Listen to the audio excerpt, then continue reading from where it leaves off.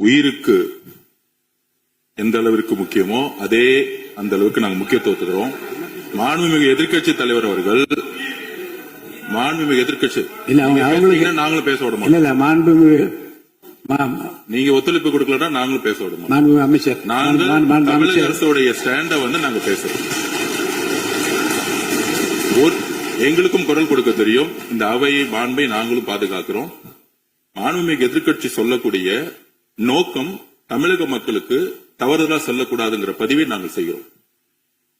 எங்களுடைய முதலமைச்சருடைய எண்ணம் என்ன, தமிழக மக்களுடைய எண்ணமோ அதுதான் எங்களுடைய முதலமைச்சருடைய எண்ணம். கடந்த 3-4 வருடங்களாக தமிழ் தாய் வாழ்த்து இங்க பாடப்படல.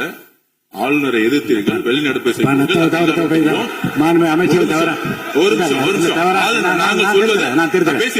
பேசி முடிக்கிறேன். ஆளுநர் முன்பு பேசி முடிச்சேன். ஆளுநர் முன்பு மாண்புமிகு அமைச்சர் அவர்கள் ஒண்ணு தாய் வாழ்த்து பாடப்பட்டது. இல்ல நான் சொன்னது, நான் கருத்து என்னன்னா ஆளுநர் முன்பு பாடப்பட்டது கிடையாது. அதுதான் நான் சொல்ல வரேன். நான் பேசிடுறேன். ஆளுநர் புறக்கணித்தார், அதற்கு பின்பு பாடப்பட்டது.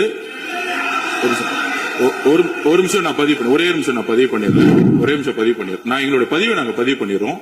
அதுல சொன்ன வார்த்தைகள் எங்களுக்கு கஷ்டமா இருந்துச்சு. காம்ப்ரமைஸ்ங்கிற வார்த்தை எங்களுக்கு கடினமா இருந்துச்சு. நாங்க திருப்பியும் நாங்க பதிவு பண்ணிக்கிறோம். எந்த விதமான காம்ப்ரமைஸும் கிடையாது.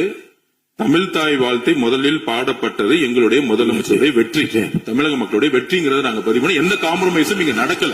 அதை நாங்க பதிவு பண்ணுறோம். மாண்பு உறுப்பினர்